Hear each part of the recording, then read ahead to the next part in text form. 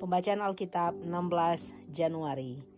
Perjanjian Lama Kejadian 32 ayat 13 sampai Kejadian 34 ayat 31. Lalu bermalamlah ia di sana pada malam itu, kemudian diambilnyalah dari apa yang ada padanya suatu persembahan untuk Esau kakaknya, yaitu 200 kambing betina dan 20 kambing jantan, 200 domba betina dan 20 domba jantan, 30 unta yang sedang menyusui beserta anak-anaknya, 40 lembu betina dan 10 lembu jantan, 20 keledai betina dan 10 keledai jantan. Diserahkannyalah semuanya itu kepada budak-budaknya untuk dijaga, tiap-tiap kumpulan tersendiri. Dan ia berkata kepada mereka, "Berjalanlah kamu lebih dahulu dan jagalah supaya ada jarak antara kumpulan yang satu dengan kumpulan yang lain."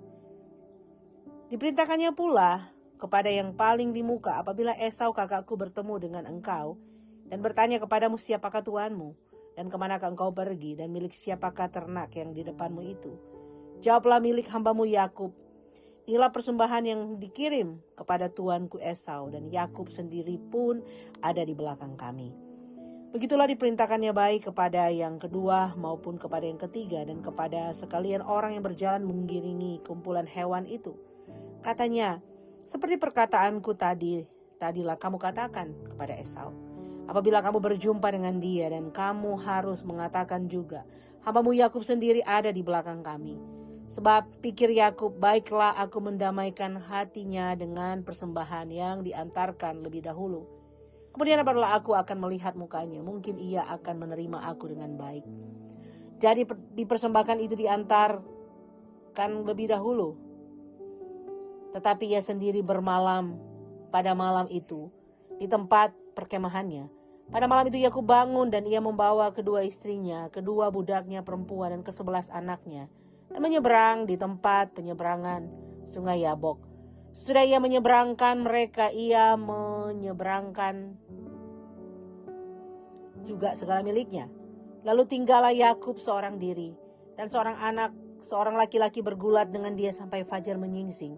Ketika orang itu melihat bahwa ia tidak dapat mengalahkannya, ia memukul sendiri pangkal paha Yakub, sehingga sendi pangkal paha itu terpelecok.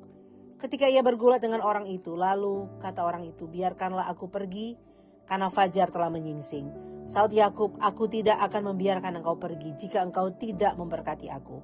Bertanyalah orang itu kepadanya, "Siapakah namamu?" Saudnya, "Yakub." Lalu kata orang itu, "Namamu tidak akan disebutkan lagi Yakub, tetapi Israel, sebab engkau telah bergumul melawan Allah dan manusia, dan engkau menang." Bertanyalah Yakub, "Katakanlah juga namamu." Tetapi sahutnya, "Mengapa engkau menanyakan namaku?" Lalu diberkatinyalah Yakub itu. Yakub menamai tempat itu Peniel, sebab katanya, "Aku telah melihat Allah berhadapan muka, tetapi nyawaku tertolong."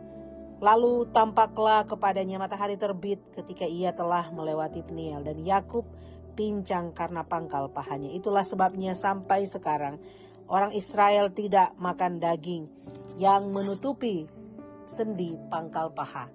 Ketika dia telah memukul sendi pangkal paha Yakub pada otot pangkal pahanya, Yakub pun melayangkan pandangnya, lalu dilihatnyalah Esau datang dengan diiringi oleh 400 orang. Maka diserahkannyalah sebagian dari anak-anak itu kepada Lea dan sebagian kepada Rahel, serta kepada kedua budak perempuan itu. Ia menempatkan budak-budak perempuan itu beserta anak-anak mereka di muka, Lea beserta anak-anaknya di belakang mereka, dan Rahel beserta Yusuf di belakang sekali.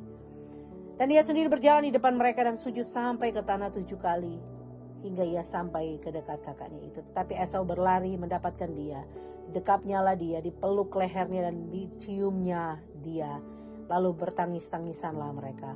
Kemudian Esau melayangkan pandangnya, dilihatnyalah perempuan-perempuan dan anak-anak itu, lalu dia bertanya, "Siapakah orang-orang yang beserta engkau ini?" Jawab Yakub, "Anak-anak yang telah dikaruniakan Allah kepada hambamu ini."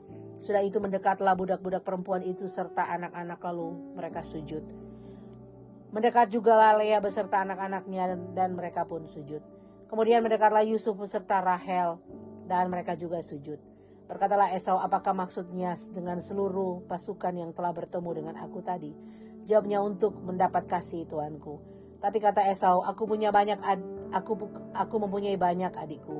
Peganglah apa yang ada padamu."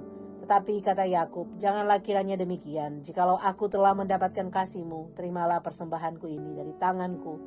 Karena memang melihat muka-Mu adalah bagiku serasa melihat wajah Allah. Dan Engkau pun berkenan menyambut aku. Terimalah kiranya pemberian tanda salamku ini, dan telah kubawa kepadamu. Sebab Allah telah memberi karunia kepadaku, dan aku pun mempunyai segala-galanya. Lalu dibujuk-bujuknya lah Esau sehingga diterimanya. Kata Esau, baiklah kita berangkat berjalan terus. Aku akan menyertai engkau. Tapi Yakub berkata kepadanya, Tuanku maklum bahwa anak-anak ini masih kurang kuat. Dan bahwa beserta aku ada kambing, domba, dan lembu sapi yang masih menyusui. Jika diburu-buru 1 hari saja, maka seluruh kumpulan binatang itu akan mati. Biarlah kiranya Tuanku berjalan lebih dahulu dari hamba-Mu ini. Dan aku mau dengan hati-hati beringsut maju menurut langkah hewan yang berjalan di depanku dan menurut langkah anak-anak sampai aku tiba pada Tuanku di Seir. Lalu kata Esau, kalau begitu baiklah aku tinggalkan padamu beberapa orang dari pengiringku. Tetapi aku berkata, tidak usah demikian, biarlah aku mendapat kasih Tuanku saja. Jadi pulanglah Esau pada hari itu, berjalanlah ke Seir. Tapi Yakub berangkat ke Sukot, lalu mendirikan rumah dan untuk ternaknya dibuatnya gubuk-gubuk. Itulah sebabnya tempat itu dinamai Sukot. Dalam perjalanannya pada Padan Aram, sampailah Yakub dengan selamat di Sikem, di tanah Kanaan, lalu ia berkemah di sebelah timur kota itu. Kemudian dibelinya dari anak-anak Hemor bapa Sikem sebidang tanah tempat ia memasang kemahnya dengan harga 100 kesita. Ia mendirikan mezbah di situ dan dinamainya itu Allah Israel ialah Allah. Pada suatu kali pergilah Dina anak perempuan Lea yang dilahirkannya bagi Yakub mengunjungi perempuan-perempuan di negeri itu. Ketika itu terlihatlah ia oleh Sikem anak Hemor orang Hewi raja negeri itu. Lalu Dina itu dilarikannya dan diperkosanya. Tetapi terikatlah hatinya kepada Dina anak Yakub. Ia cinta kepada gadis itu. Ia lalu menenangkan hati gadis itu. Sebab itu berkatalah Sikem kepada Hemor ayahnya, ambillah bagiku gadis ini untuk menjadi istriku. Kedengaranlah kepada Yakub bahwa Sikem mencemari Dina, tetapi anak-anaknya ada di padang menjaga ternaknya. Jadi Yakub mendiamkan soal itu sampai mereka pulang. Lalu Hemor ayah Sikem pergi mendapatkan Yakub untuk berbicara dengan dia. Sementara itu anak-anak Yakub pulang dari padang, dan sesudah mendengar peristiwa itu orang-orang ini sakit hati dan sangat marah karena Sikem telah berbuat noda di antara orang Israel dengan memperkosa anak perempuan Yakub. Sebab yang demikian itu tidak patut dilakukan. Berbicaralah Hemor kepada mereka itu, hati Sikem anakku mengingini anakmu, kiranya kamu memberikan dia kepadanya menjadi istrinya. Dan biarlah kita mengambil, berikanlah gadis-gadis kamu kepada kami, dan ambillah gadis-gadis kami. Tinggallah pada kami, negeri ini terbuka untuk kamu. Tinggallah di sini, jalanilah negeri ini dengan bebas dan menetaplah di sini. Lalu Sikem berkata kepada ayah anak itu dan kepada kakak-kakaknya, biarlah kiranya aku mendapat kasih-Mu. Aku akan memberikan kepadamu apa yang kamu minta. Walaupun kamu bebankan kepadaku uang jujuran dan uang mahar seberapa banyak pun aku akan memberikan apa yang kamu minta. Tetapi berilah gadis itu kepadaku menjadi istriku. Lalu anak Yakub menjawab Sikem dan Hemor ayahnya dengan tipu muslihat. Kata Sikem telah mencemari Dina. Karena Sikem telah mencemari Dina adik mereka itu. Berkatalah mereka kepada kedua orang itu, kami tidak dapat berbuat demikian, memberikan adik kami kepada seorang laki-laki yang tidak bersunat. Sebab hal itu aib bagi kami. Hanyalah dengan syarat ini kami dapat menyetujui permintaanmu. Kamu harus sama seperti kami, yaitu setiap laki-laki di antara kamu harus disunat. Barulah kami akan memberikan gadis-gadis kami kepada kamu, dan mengambil gadis-gadis kamu, maka kami akan tinggal padamu, dan kita akan menjadi satu bangsa. Tapi jika kamu tidak mendengarkan perkataan kami dan kamu tidak disunat, maka kami akan mengambil kembali anak itu lalu pergi. Lalu Hemor dan Sikem anak Hemor menyetujui usul mereka. Dan orang muda itu tidak bertangguh melakukannya, sebab ia suka kepada anak Yakub. Lagi pula ia seorang yang paling dihormati di antara seluruh kaum keluarganya. Lalu pergilah Hemor dan Sikem anaknya itu ke pintu gerbang kota mereka, dan mereka berbicara kepada penduduk kota itu. Orang-orang itu mau hidup damai dengan kita. Biarlah mereka tinggal di negeri ini dan menjalaninya dengan bebas. Bukankah negeri ini cukup luas untuk mereka? Maka kita dapat mengambil gadis-gadis mereka menjadi istri kita, dan kita dapat memberikan gadis-gadis kita kepada mereka. Namun hanya dengan syarat ini orang-orang itu setuju tinggal bersama-sama dengan kita. Sehingga kita menjadi satu bangsa itu setiap laki-laki di antara kita harus disunat seperti mereka bersunat. Ternak mereka, harta benda mereka, dan segala hewan mereka, bukankah semuanya itu akan menjadi milik kita? Hanya biarlah kita menyetujui permintaan mereka sehingga mereka tetap tinggal pada kita. Maka usul Hamor dan Sikem anaknya itu didengarkan oleh semua orang yang datang berkumpul di pintu gerbang kota. Lalu disunatlah setiap laki-laki, yakni setiap orang dewasa di kota itu. Pada hari ketiga ketika mereka sedang menderita kesakitan, datanglah 2 orang anak Yakub, yaitu Simeon dan Lewi, kakak-kakak Dina. Setelah masing-masing mengambil pedangnya, menyerang kota itu dengan tidak takut-takut serta membunuh setiap laki-laki. Juga Hamor dan Sikem anaknya. Dibunuh mereka dengan mata pedang dan mereka mengambil Dina dari rumah Sikem lalu pergi. Kemudian datanglah anak-anak Yakub merampasi orang-orang yang terbunuh itu lalu menjara kota itu karena adik mereka telah dicemari. Kambing dombanya dan lembu sapinya, keledainya dan segala yang di dalam dan di luar kota itu dibawa mereka. Segala kekayaannya, semua anaknya dan perempuannya ditawan dan dijara mereka juga seluruhnya yang ada di rumah-rumah. Yakub berkata kepada Simeon dan Lewi, kamu telah mencelakakan aku dengan membusukkan namaku kepada penduduk negeri ini, kepada orang Kanaan dan orang Feris, padahal kita ini hanya sedikit jumlahnya. Apabila mereka bersekutu melawan kita, tentulah mereka akan memukul kita kalah, dan kita akan dipunahkan. Aku beserta seisi rumahku. Tetapi jawab mereka, mengapa adik kita diperlakukan sebagai seorang perempuan sundal? Pembacaan dari Perjanjian Baru Matius 11 ayat 7 sampai 30. Setelah murid-murid Yohanes pergi, mulailah Yesus berbicara kepada orang banyak itu tentang Yohanes. Untuk apakah kamu pergi ke padang gurun melihat bulu yang digoyangkan angin kian kemari? Atau untuk apakah kamu pergi melihat orang yang berpakaian halus? Orang yang berpakaian halus itu tempatnya di istana raja. Jadi untuk apakah kamu pergi melihat nabi? Benar, dan aku berkata kepadamu, bahkan lebih daripada nabi. Karena tentang dia ada tertulis, lihatlah aku menyuruh utusanku mendahului engkau. Ia akan mempersiapkan jalanmu di hadapan.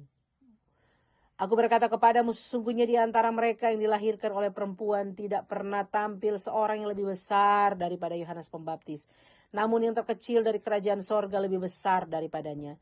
Sejak tampillah Yohanes Pembaptis hingga sekarang, kerajaan sorga diserong dan orang yang menyerongnya mencoba menguasainya. Sebab semua nabi dan kitab Taurat bernubuat hingga tampilnya Yohanes. Dan jika kamu mau menerimanya, ialah Elia yang akan datang itu. Siapa bertelinga hendaklah ia mendengar. Dengan apakah akan kuumpamakan angkatan ini? Mereka itu semua anak-anak yang duduk di pasar dan berseru kepada teman-temannya. Kami meniup seruling bagimu, tetapi kamu tidak menari. Kami menyanyikan kidung duka karena kamu tidak berkabung. Tetapi kamu tidak berkabung. Karena Yohanes datang, ia tidak makan dan tidak minum, dan mereka berkata ia kerasukan setan. Kemudian anak manusia datang, ia makan dan minum, dan mereka berkata, lihatlah ia seorang pelahap dan peminum, sahabat pemungut cukai dan orang berdosa. Tapi hikmat Allah dibenarkan oleh perbuatannya. Lalu Yesus mulai mengecam kota-kota yang tidak bertobat, sekalipun di situ ia paling banyak melakukan mujizat-mujizatnya. Celakalah engkau Korasim, celaka engkau Betsyada. Karena jika di Tirus dan di Sidon terjadi mujizat-mujizat yang telah terjadi di tengah-tengah kamu, sudah lama mereka bertobat dan berkabung. Tetapi aku berkata kepadamu, pada hari penghakiman tanggungan Tirus dan Sidon akan lebih ringan daripada tanggunganmu. Dan engkau Kapernaum, apakah engkau akan dinaikkan sampai ke langit? Tidak, engkau akan diturunkan sampai ke dunia orang mati. Karena jika Sodom terjadi mujizat-mujizat yang telah terjadi di tengah-tengah kamu, kota itu tentu masih berdiri sampai hari ini. Tapi aku berkata kepadamu, pada hari penghakiman, tanggungan negeri Sodom akan lebih ringan daripada tanggunganmu. Pada waktu itu berkatalah Yesus, aku bersyukur kepadamu Bapa, Tuhan langit dan bumi, karena semuanya itu engkau sembunyikan bagi orang bijak dan orang pandai, tetapi engkau nyatakan kepada orang kecil. Ya Bapa, itulah yang berkenan kepadamu. Semua telah diserahkan kepadaku oleh Bapakku, dan tidak seorang pun mengenal anak selain Bapa, dan tidak seorang pun mengenal Bapa selain anak. Dan orang yang kepadanya anak itu berkenan menyatakannya. Marilah kepadaku semua yang letih lesu dan berbeban berat, aku akan memberi kelegaan kepadamu. Pikulah kuk yang kupasang dan belajarlah padaku, karena aku lemah lembut dan rendah hati dan jiwamu akan mendapat ketenangan. Sebab kuk yang kupasang itu enak dan bebanku pun ringan. Pembacaan dari Mazmur 14 ayat 1 sampai 7. Orang bebal berkata dalam hatinya tidak ada Allah, busuk dan jijik perbuatan mereka, tidak ada yang berbuat baik. Tuhan memandang ke bawah dari sorga kepada anak-anak manusia untuk melihat apakah ada yang berakal budi dan yang mencari Allah. Mereka semua telah menyeleweng, semuanya telah bejat. Tidak ada yang berbuat baik, seorang pun tidak. Tidak sadarkah semua orang yang melakukan kejahatan yang memakan habis umatku seperti memakan roti dan yang tidak berseru kepada Tuhan? Di sanalah mereka ditimpa kejutan yang besar sebab Allah menyertai angkatan orang benar. Kamu dapat mengolok-olok maksud orang yang tertindas, tetapi Tuhan adalah tempat perlindungannya. Ya, datanglah kiranya dari Sion keselamatan bagi Israel. Apabila Tuhan memulihkan keadaan umatnya, maka Yakub akan bersorak-sorak, Israel akan bersukacita. Pembacaan dari Amsal Hikmat hari ini. Amsal 3 ayat 19 sampai 20.